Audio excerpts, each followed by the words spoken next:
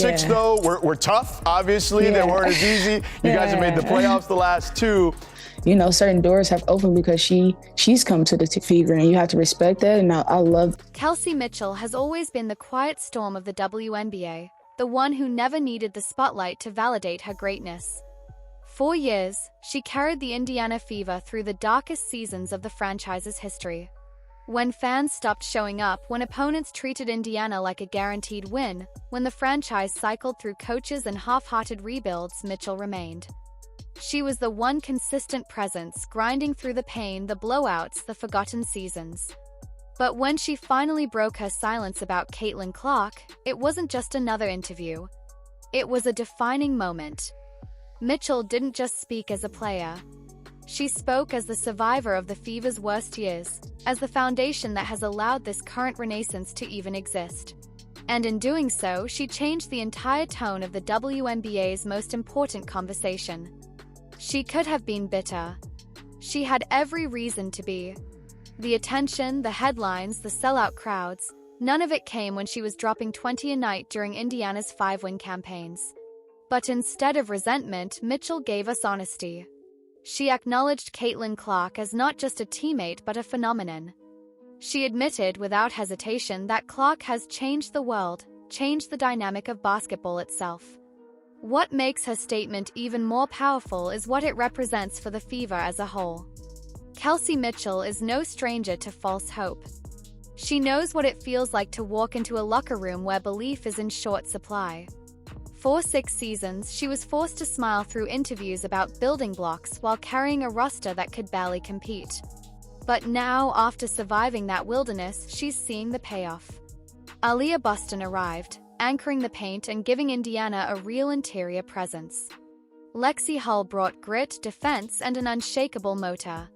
And then came Caitlin Clark, a superstar whose influence extends beyond basketball itself, dragging the Fever from irrelevance into prime time. Put those pieces together with Mitchell's battle-tested experience, and you don't just have a team, you have a movement. That's why her comments carry so much weight. When Mitchell calls Clark not just a teammate but a friend, it's not a throwaway line. It's a moment that I don't want to, take for granted. I want to cherish it as much as I possibly can. What has it been like? Because certainly the world has been focused on her. But what? In pro sports, where egos and rivalries often fracture locker rooms, friendship is rare. But Mitchell has seen how Clark has embraced the team with humility, grace, and humor. She shared the story of Clark's $200 fine tweet, a moment that outsiders twisted into controversy but that the Fever locker room treated as comedy gold. Mitchell made it clear Clark's energy is not a burden, it's a blessing. She isn't the kind of star who consumes everything around her. She's the kind of star who lifts everyone higher. That is the difference between hype and culture. And Mitchell knows the difference better than anyone. But don't mistake Mitchell's respect for submission. Her words weren't about handing the franchise over and stepping aside. They were about balance. She reminded everyone, subtly but firmly, that she has been here from the beginning. She survived the years when Indiana was a punchline, when opponents rested their stars against the Fever, when 5-win seasons defined her reality. Without her, there would be no foundation for Clark to build upon. Mitchell's loyalty kept Indiana alive long enough for this new era to arrive. Her voice is a reminder that this revolution didn't start in 2025. It started years ago when she refused to quit. And now, with Clark by her side, she's ready to see the payoff. What's unfolding in Indiana is bigger than just wins and losses. It's the birth of something the WNBA hasn't seen in years, the possibility of a dynasty. The Fever now have a Fab Four: Mitchell, Clark, Boston, and Hull, players who not only fit together on the court but embody the culture of resilience and authenticity off it. Mitchell even hinted she'd sacrifice her own paycheck to keep this core intact, a shocking admission in today's sports economy. That's not about money. That's about legacy. She sees what's being built, and she knows it's worth more than any individual contract.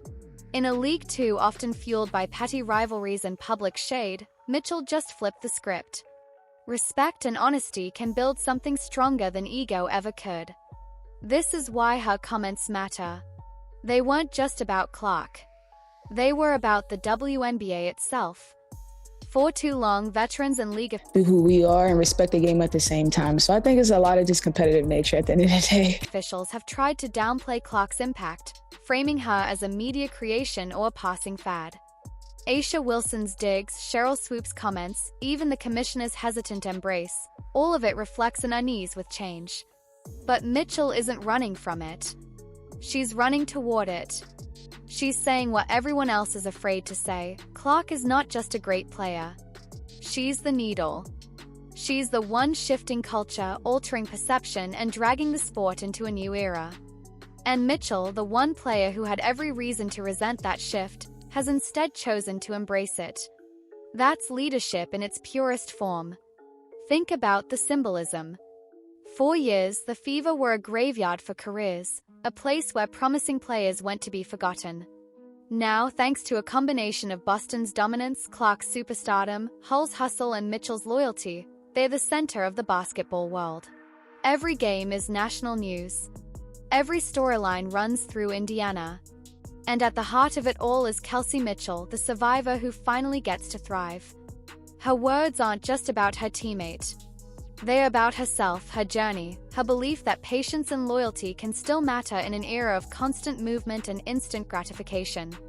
The truth is, the WNBA can't ignore what's happening in Indiana.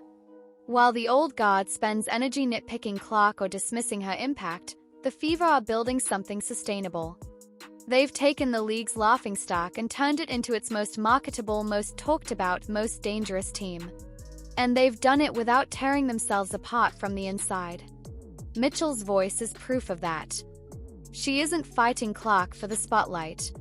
She's linking arms with her and saying, "Let's build this together." That unity is terrifying for the rest of the league, because it means Indiana isn't just winning games, they're rewriting the narrative of what women's basketball can be. So what do Mitchell's words really mean? They mean the WNBA has a new standard of authenticity. They mean jealousy isn't the only response to change. They mean that true leadership isn't about hogging attention, but about amplifying it for the good of the team. And most importantly, they mean Indiana isn't just back. Indiana is coming for everything.